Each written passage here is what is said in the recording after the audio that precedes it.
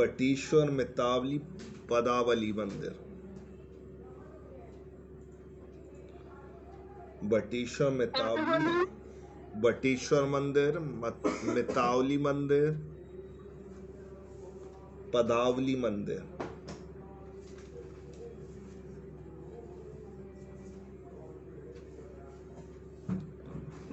राम प्रसाद बिस्मिल शहीद मंदिर,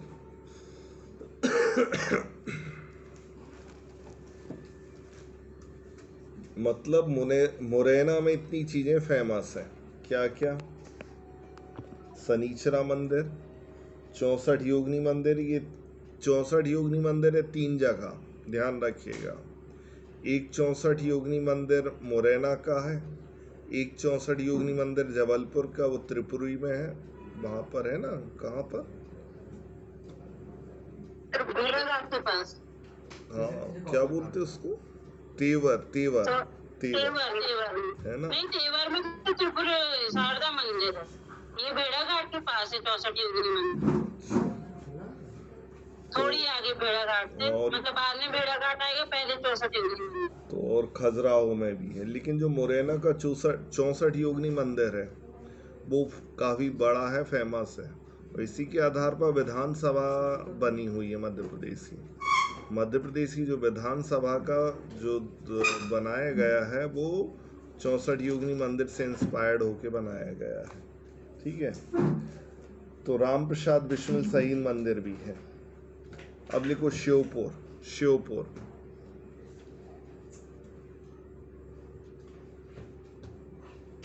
मानपुर किला, मानपुर किला, बड़ौदा किला,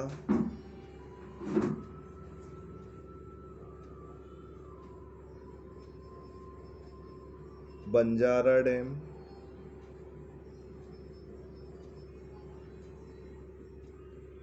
नरसिंह महल,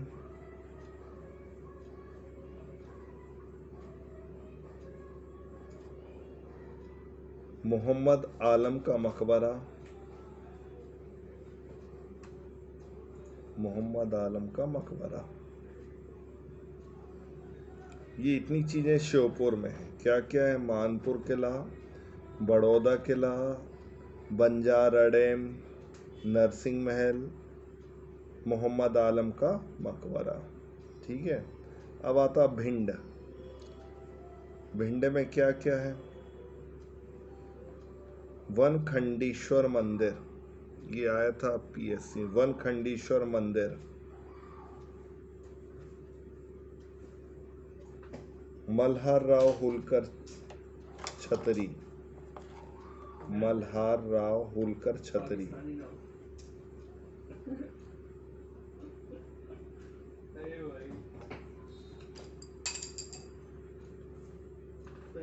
नया महल,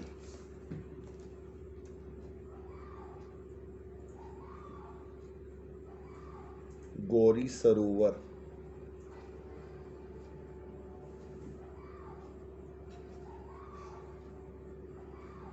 तो ये ध्यान रखना, वनखंडेश्वर मंदिर और मल्हार राव होलकर छतरी, ये कहाँ पर है? भिंड में है। ठीक है, फिर दतिया, दतिया में पीताम्बरा पीठ, पीताम्बरा पीठ काफी फेमस है। रतनगढ़, रतनगढ़ में भी देवी का मंदिर है। और बालाजी सूर्य मंदिर है, बालाजी सूर्य मंदिर।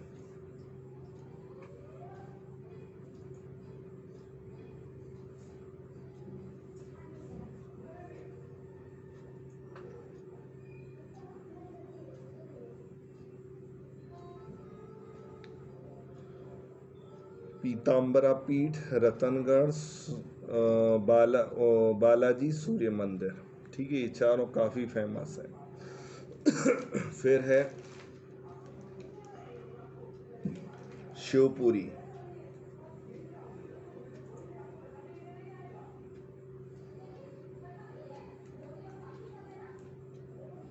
पावा जलप्रपात, पावा, पावा जलप्रपात।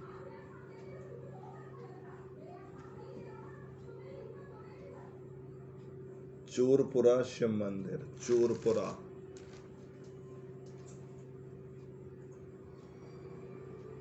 चूरपुरा शिव मंदिर।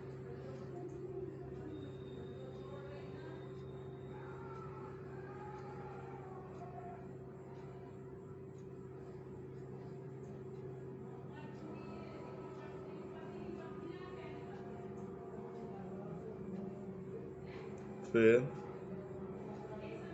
विदिशा,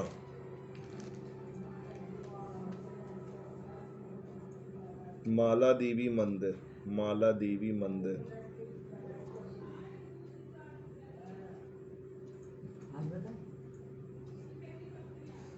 नीलकंठेश्वर मंदिर,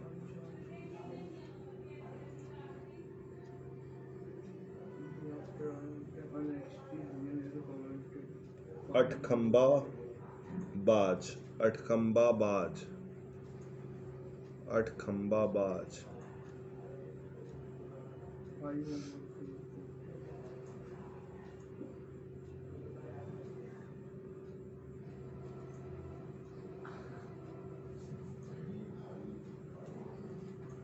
फिर सीहोर,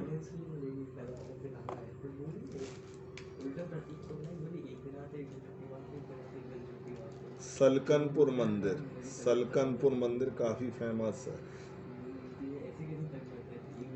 कुंवर चैन सिंह समाधि,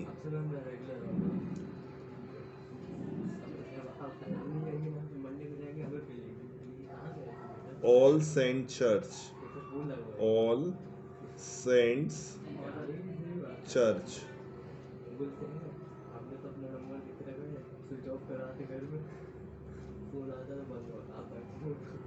विंध्यवासिनी मंदिर,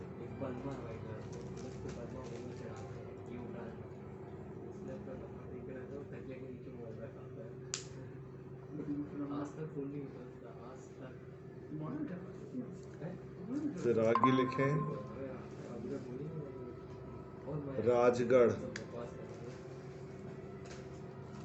राजगढ़ में कपिलेश्वर मंदिर, कपिलेश्वर मंदिर।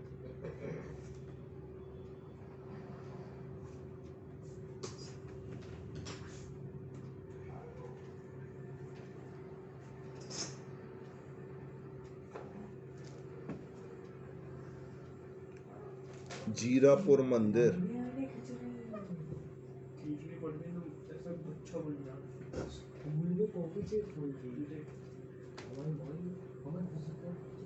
छगोड़ा की गुफाएं, छगोड़ा, छगोड़ा की गुफाएं।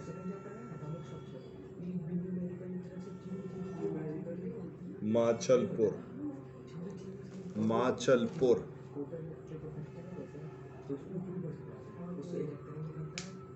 इसमें कपिलेश्वर मंदिर का पूछा जाता है, कपिलेश्वर जीरापुर मंदिर कहाँ पर है।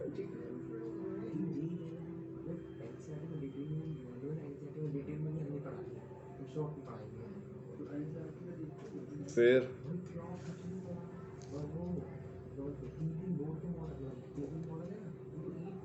आगर मालवा,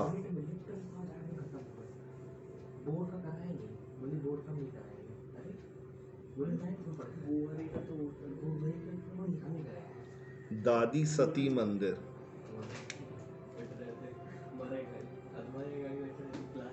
बगुलामुखी मंदिर,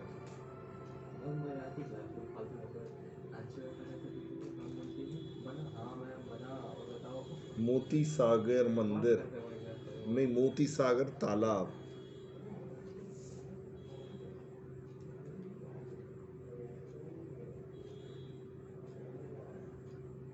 फिर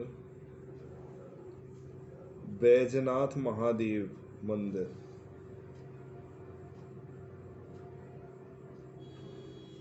तुलजा भवानी मंदिर,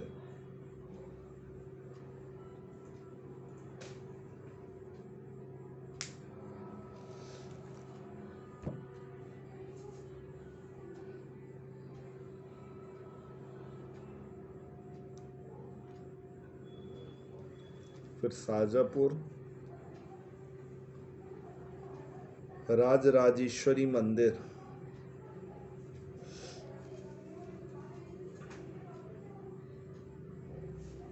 राजराजेश्वरी मंदिर, सोमेश्वर मंदिर,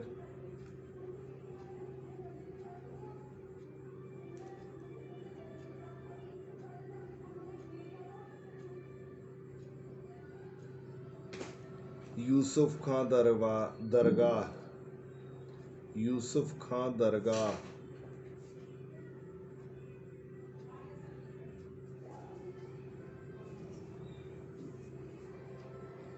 फिर नीमच,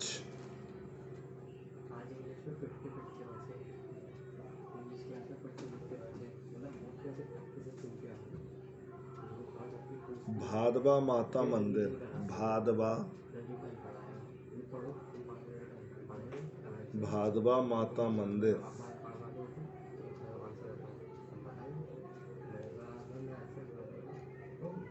कुकडेश्वर मंदिर, कुकडेश्वर मंदिर,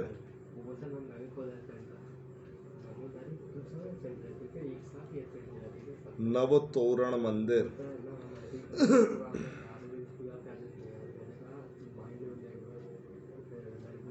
कौन सा सर?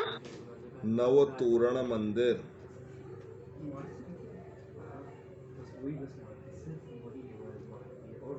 साहबुद्दीन औलिया की मजार, ये बहुत इंपॉर्टेंट है। साहबुद्दीन औलिया, साहबुद्दीन औलिया की मजार,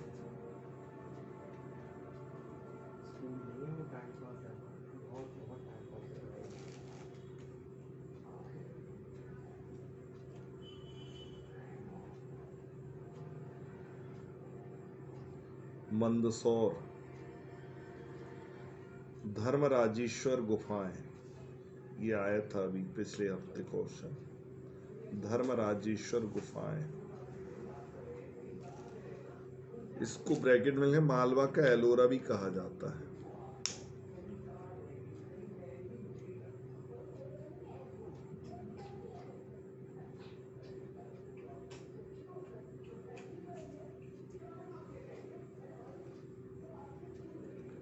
ठीक है, मतलब ये कुछ विशेष मंदिर थे तो हमने लिखवा दिए। अब अपने पास अभी कितने लोग हैं सुनने वाले, पढ़ने वाले?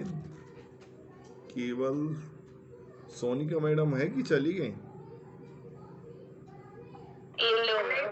मैं हूँ, लेकिन ना थोड़ा सा खाना बना रही है तो भूखे बैठे हैं, तो मैं सुन रही हूँ।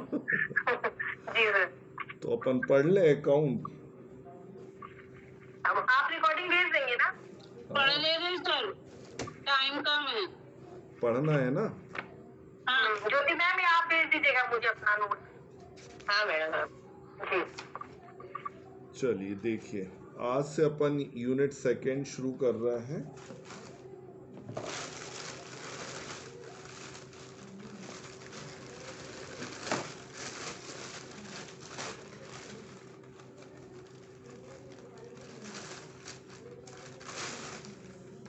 यूनिट सेकेंड जो अपनी है वो लेखांकन की है, अकाउंटिंग। इसमें सबसे पहले आता फाइनेंशियल अकाउंट।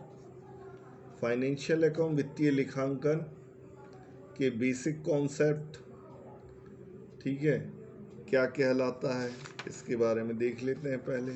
ठीक है, तो अपन को मालूम है लेखा कर्म जो है उसका विकास कब हुआ था? कौन है इसके फादर? Lucas Pacioli. और कब हुआ था? ये ईयर ध्यान रखना, 1494 इटली के वेनिस शहर में हुआ था। ठीक है, ये एक बार पूछा गया था।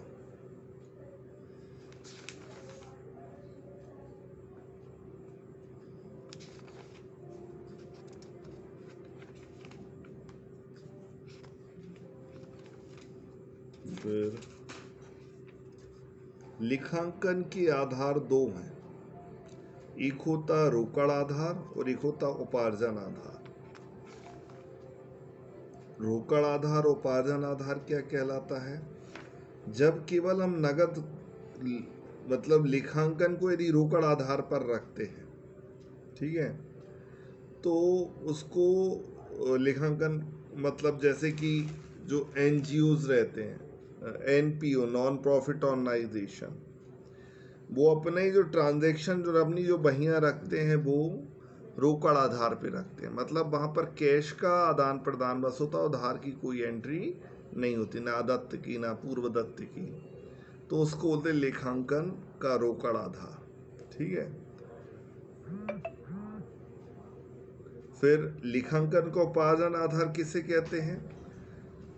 इसमें उपार्जन आधार में अदत्त, पूर्वदत्त, उपार्जित, अनुपार्जित का लेखा किया जाता। मतलब ये व्यापारी वर्ग जो रहते हैं वो अपना जो लेखांकन रखते हैं वो उपार्जन आधार पर रखते हैं, और जो गैर लाभकारी संस्थाएं हैं या जो प्रोफेशनलिस्ट रहते हैं, प्रोफेशनलिस्ट मतलब जैसे कि वकील हुए, टीचर हुए, ठीक है, तो वो अपना रोकड़ आधार पर लिखे रखते हैं। समझ में आया क्या? लेखांकन के दो आधार होते हैं, एक रोकड़ आधार, एक उपार्जन आधार। तो रोकड़ आधार में केवल रोकड़ी संबंधी लेन देन लिखे जाते हैं, ठीक है, और उपार्जन आधार में क्या रहता है? आदत्त, पूर्वदत्त का भी लेखा किया जाता है, तो उसको बोलते हैं। अब आगे चलते हैं। अब देखो लेखांकन सिद्धांत की अवधारणाएं, प्रथा, इससे क्वेश्चन काफी आते रहते हैं।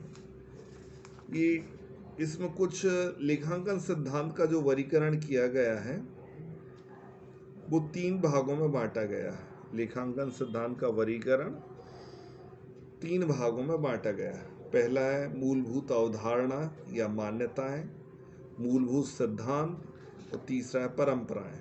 ठीक है, ये अपन को नहीं लिखना है, अपन को ये लिखना है कि लेखांकन की मूलभूत अवधारणा या मान्यता कौन कौन सी है। ठीक है, हेडिंग डालिएगा, लेखांकन की मूल्य मान्यताएं या अवधारणा।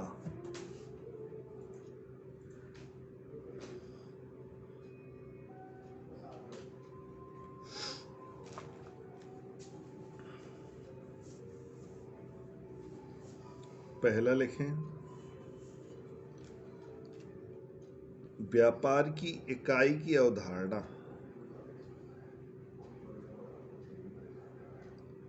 इकाई की अवधारणा।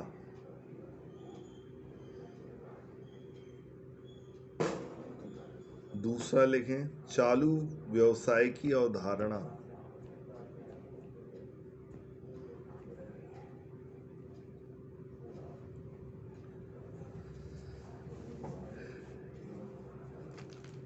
तीसरा, मुद्रा मूल्यांकन की अवधारणा।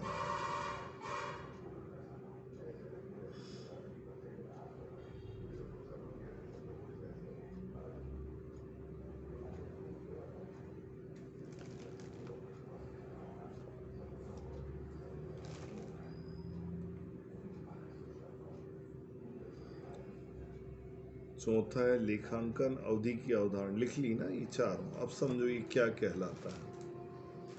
व्यवसाय की इकाई की अवधारणा। इकाई की अवधारणा का मतलब क्या होता है? व्यापारिक स्वतंत्र इकाई होता है, मतलब स्वामी या लेनदा प्रबंधक या दूसरे व्यक्ति से अलग माना जाता। मतलब व्यापार अलग होता है, अस्तित्व जिसको बोलते हैं, व्यापार अलग है और उसके जो मतलब जो मालिक है वो अलग है, उसका उससे कोई लेना देना नहीं है। ये कहलाती है इकाई की अवधारणा या अस्तित्व की अवधारणा। चालू व्यवसाय की अवधारणा क्या कहलाती है? मतलब व्यवसाय हमेशा चलता रहेगा। यह अवधारणा इस तथ्य पर आई, व्यापार निरंतर चालू रहेगा जब तक कि व्यापारी दिवालिया नहीं हो जाता है, व्यापार समापन की स्थिति न है। दूसरा अवधारणा क्या है कि व्यवसाय अनिश्चित काल तक चलता रहेगा। कोई व्यक्ति मर जाता है, कोई मालिक मर जाता है तो उसकी रिप्लेस पर कोई आ जाएगा, लेकिन व्यवसाय जैसे अपन क्या सोचते हैं, हम हमेशा यही सोचते हैं हम हमेशा जिंदा रहेंगे, लेकिन कल क्या होने वाला नोबडी नोस।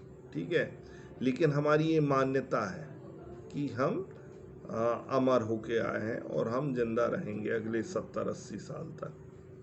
तो ऐसे व्यवसाय भी चालू रहेगा, कुछ नहीं होने वाला। ये चालू व्यवसाय की अवधारणा। फिर मुद्रा मूल्यांकन की अवधारणा क्या बताती है कि इसमें केवल हम मौद्रिक व्यवहारों का लेखन करते हैं और जो गैर मौद्रिक है उनका लेखन नहीं किया जाता है। फिर लेखांकन अवधि की अवधारणा। लेखांकन की अवधि की अवधारणा क्या बताता है कि लेखांकन अवधि 12 माह की रहती है या 3 माह की रहती है, उसके आधार पर ही लेखा किए जाते हैं और उसके आधार पर वो बनाए जाते क्या अंतिम खाते बनाए जाते हैं। तो इस प्रकार से ही अपन ने सबसे पहले क्या देखा, लेखांकन की मान्यताएं देखी, व्यापार की इकाई अवधारणा, दूसरा चालू व्यवसाय की अवधारणा और मुद्रा मूल्यांकन की अवधारणा। ठीक है, अब आगे आता है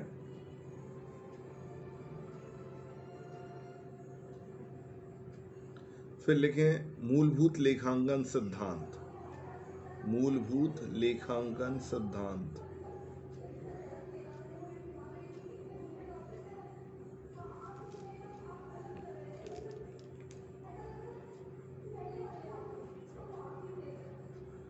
मूलभूत लागत सिद्धांत पहला है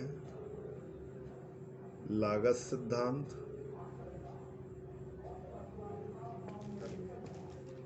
सर नमस्कार, कैसे हैं? नहीं सर 2 अगस्त को एग्जाम है तो उसी की तैयारी चल रही थी। 2 अगस्त और 7 अगस्त से अपने इंटरव्यू शुरू हो रहे हैं।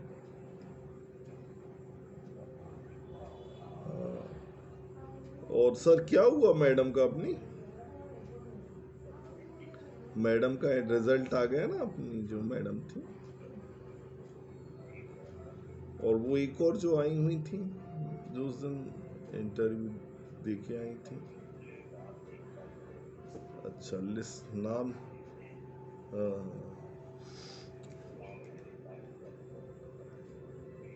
अच्छा अच्छा अच्छा। तो सर अब 2 तारीख का पेपर हो जाए फिर उसके बाद ही देखें क्या, कि अभी से कुछ कर रहे हैं? वही तो बस समझ नहीं आ रहा।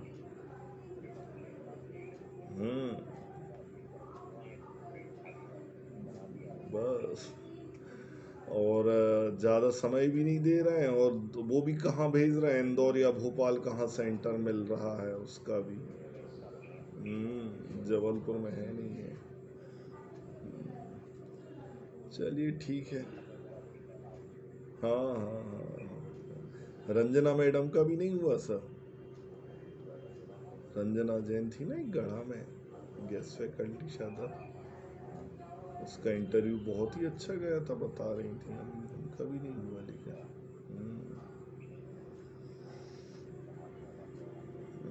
चलिए ठीक है सर, आप फ्री हो जाए फिर बात करते हैं। ठीक है सर, ओके।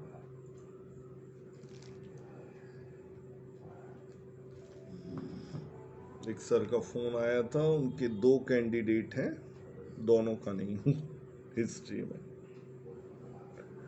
क्या होता कि दोनों इतने महारथी थे, उस दिन एक लड़की आके हमारे सामने ही इंटरव्यू के बारे में बता रही थी, उसका भी नहीं हुआ। कुछ क्या चल रहा है कुछ समझ में नहीं आ रहा, इंटेलिजेंट लोग बाहर हो रहे हैं। चलिए ठीक है।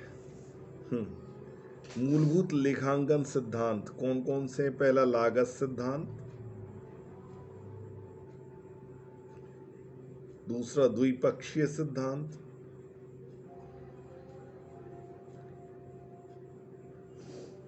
मिलान का सिद्धांत,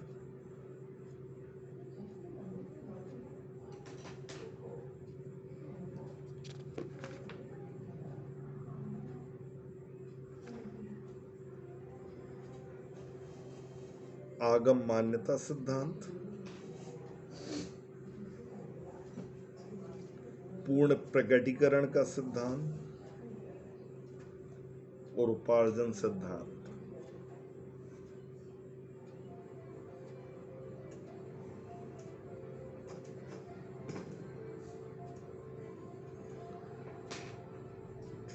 देखो, लेखांकन सिद्धांत बताए गए हैं। पहला लागत सिद्धांत। लागत सिद्धांत का मतलब ये होता है कि संपत्तियों का जो लेखा किया जाना चाहिए वो लागत मूल्य पर किया जाना चाहिए। जिस मूल्य पर हम खरीदते हैं वो संपत्ति का लागत मूल्य रहता है। ठीक है, मान लो हमने 1 लाख की कार खरीदी, तो जब भी हम अकाउंट बनाते हैं तो हम 1 लाख पर ही किया जाएगा उसका लेखांकन। ठीक है, तो ये लागत सिद्धांत हो गया। द्विपक्षी सिद्धांत क्या बताता है कि हर ट्रांजैक्शन के डबल इफेक्ट होते हैं, मतलब एक डेबिट होता है और एक क्रेडिट। ये कहला गया अपना द्विपक्षी सिद्धांत। मिलान। मिलान सिद्धांत का मतलब क्या होता है ये समझना पड़ेगा। मिलान सिद्धांत का मतलब होता है व्यवसाय का प्रमुख उद्देश्य लाभ कमाना है। लाभ ही वह प्रेरणा शक्ति जो व्यापार को जोखिम उठाने के लिए प्रेरित करता है। मतलब हर व्यक्ति क्या चाहता है? लाभ चाहता है, और लाभ ही एक ऐसा मोटिवेशन पॉइंट रहता है जिसके कि व्यक्ति जोखिम तक उठा लेता है, और व्यापार की कामकाज में निरंतर व्यस्त रहता है। अतः उसे लागत और आय का मिलान करते रहना चाहिए। मतलब क्या बोला जा रहा है? हर व्यक्ति लाभ कमाना चाहता है, लाभ के कारण वो क्या है करता है। जैसे अपन लोग भी क्या चाहते हैं? स्थायित्व चाहते हैं, इसलिए कहीं पर ही भैया जुड़ जाओ, व्यवस्था से बने रहो। ठीक है, तो क्या करते हैं? व्यापार में निरंतर व्यस्त रहते हैं, अतः उसे लागत और आय का मिलान करते हैं। लागत मतलब होता है व्यय। व्यय और आय का मिलान करना चाहिए। मतलब हम ऐसा तो नहीं है कि मतलब हमारे व्यय ज़्यादा हो रहे हैं और आय कम हो रही है, तो ये कहलाती है मिलान अवधारणा। मतलब हमें अपने जो व्यय रहते हैं उनकी आय के अनुसार हमें क्या करना चाहिए? मिलान करते रहना चाहिए। ऐसा नहीं कि हम व्यय करते जा रहे, आय कुछ हो नहीं रही है, तो इसको बोलते हैं मिलान अवधारणा। ठीक है, फिर पूर्ण, और उसके बाद कौन सी, मिलान के बाद कौन सी लिखी? मिलान से आगम मतलब होता आय। आय मतलब होता है, इस अवधारणा के अनुसार आय उस स्थिति को उपार्जित मानी जाती है जिस स्थिति को प्राप्त होती है। इसका अभिप्राय उस स्थिति से जब माल या सेवा रोकड़ या अन्य मूल्यों में अधिक ग्राहक को दी जाती है। अर्थात जिन दिन सुपुर्दी के कारण रकम प्राप्त हुई, इस पर को आय को तय मानते हैं, जबकि निम्न दो उपार्जन क्रिया पूर्ण विनिमय हो। कहने का मतलब ये है, आय जब उपार्जित हो जाती है तब उसको हम, उपार्जित का मतलब जैसे कि अपन को किसी से पैसे लेना है, अभी मिले नहीं है लेकिन आय उपार्जित हो गई, तो इसका हम लेखांकन कर लेंगे। तो ये कहलाती आय मान्यता अवधारणा।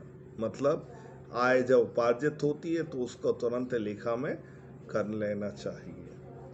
फिर अगला पूर्ण प्रकटीकरण अवधारणा। पूर्ण प्रकटीकरण अवधारणा का मतलब ये होता है कि जितनी भी जानकारी हो लेखांकन से संबंधित वो सारी की सारी स्पष्ट होना चाहिए, पूर्ण प्रकट होना चाहिए। कुछ फुटनोट, मान लो कोई जानकारी नहीं देना, बताना भूल गए, तो उसको नीचे मेंशन करना चाहिए। पूर्ण प्रकटीकरण की अवधारणा कहलाती है। ठीक है, फिर अगली कौन सी है? उपार्जन। उपार्जन का मतलब यही होता है कि जब ड्यू हो, ड्यू मतलब देय, तभी उसका लेखांकन कर लो। कोई भी आय, जैसे कोई व्यय है, हमें किराया देना है, अभी दिया नहीं है लेकिन वो अब उपार्जित हो गया, तो उसका हम लेखा करेंगे। ठीक है, तो उपार्जन सिद्धांत है। अब साइड हैंड डालिएगा, लेखांकन की परंपराएं, ये काफ़ी इंपॉर्टेंट है, इससे रिलेटेड क्वेश्चंस आते रहते हैं।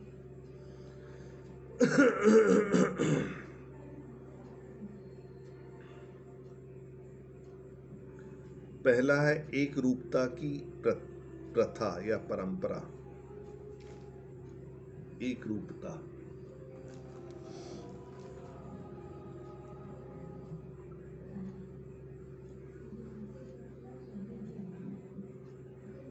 एक रूपता की प्रथा क्या कहलाती है? एक रूपता का मतलब होता है कि जो हमारी अकाउंटिंग पॉलिसी है वो एक होना चाहिए। एक होने का मतलब क्या होता है कि हर साल चेंज ना हो, उसमें एक रूपता हो। मतलब हमारे लेखांकन की अवधारणा हमने बताई दो होती हैं। पहली कौन सी होती है? रोकड़ आधार पर, और दूसरी होती है उपार्जन आधार पर। तो ऐसा नहीं होता है किसी साल तुमने रोकड़ आधार पर रख लिया, किसी साल उपार्जन आधार पर रख लिया, ऐसा नहीं। एक रूपता की प्रथा यह बताती है कि जो लेखांकन की अवधारणा है या लेखांकन की जो आधार है वो हर वर्ष एक से होना चाहिए। ठीक है। फिर आती है रूढ़िवादिता की प्रथा। ये बहुत महत्वपूर्ण है, इससे रिलेटेड काफी क्वेश्चन आते रहते हैं, तो इसके बारे में समझे। रूढ़िवादिता की प्रथा,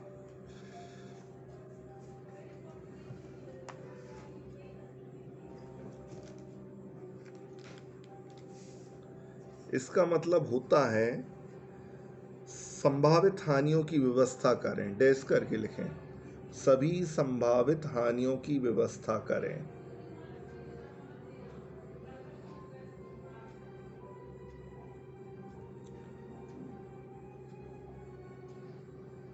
सर फिर से बोलिए, क्या बोली? संभावित हानियों की व्यवस्था करें, ये इसकी थीम है। इसका मतलब ये होगा भविष्य अनिश्चित रहता है, तो भविष्य में कुछ भी हो सकता है, तो उसके लिए क्या करना है अपन को, संभावित हानियों की व्यवस्था करें। मतलब मान लो लॉस होने वाला भविष्य में कोई, तो उसकी अभी से कुछ व्यवस्था करें, मतलब कुछ पैसा इकट्ठा करते जाएं। जैसे घर पे शादी बच्ची की, मान लो शादी करना है पेरेंट्स को, तो क्या करते हैं वो कुछ पैसा, मालूम है कि जब 25 साल के बाद 21 साल के बाद जब बिटिया बड़ी हो जाएगी तो हमें 20-25 लाख की शादी करनी है। ठीक है, तो उसकी व्यवस्था पेरेंट्स शुरू से ही करना शुरू कर देते हैं, पढ़ाई में खर्च करना है, तो ये हानियों की व्यवस्था करना, ये कहलाती है रूढ़िवादिता की प्रथा। ठीक है। लागत अवधारणा का सामग्री का मूल्यांकन, अब डैश कर फिर आगे लिखे हैं, रूढ़िवादिता की प्रथा के अंतर्गत निम्न व्यवस्थाएं आती हैं। पहला,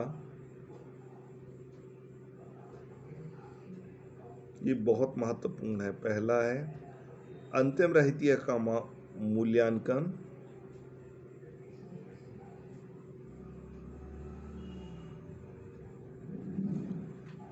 लागत मूल्य या बाजार मूल्य जो दोनों में कम हो उस पर करना चाहिए।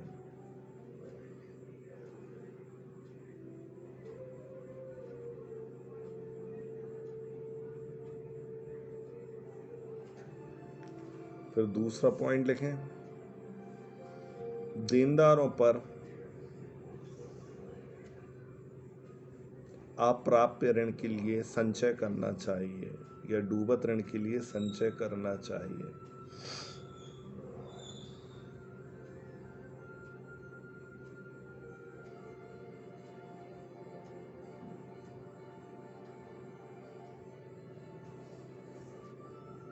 फिर लिखें, हिरास के लिए व्यवस्था की जानी चाहिए।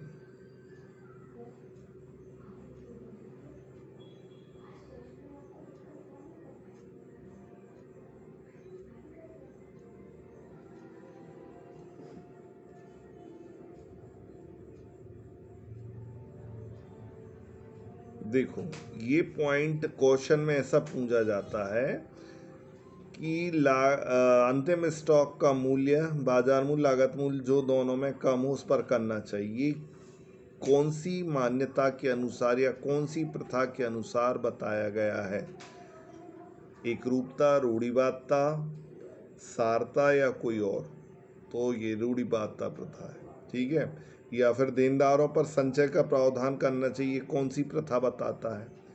तो ये रूढ़िवादिता की प्रथा में इतने पॉइंट को ध्यान में रखना, इसी के आधार पर निर्णय लिया जाता है, लेखांकन किया जाता है, तो ये रूढ़िवादिता की प्रथा कहलाती है। ठीक है। फिर सारता की प्रथा, सारता की प्रथा, अब इसका में तो कुछ नहीं है। सारता की प्रथा ये है कि जो सार तत्व है उसी को लिखना चाहिए, जो असार है उसको नहीं लिखना चाहिए, मतलब अकाउंटिंग में लिखा नहीं करना चाहिए। बस इतने ही सफिशिएंट है, बाकी ज़रूरत नहीं है। मेन रूढ़िवादिता की प्रथा थी।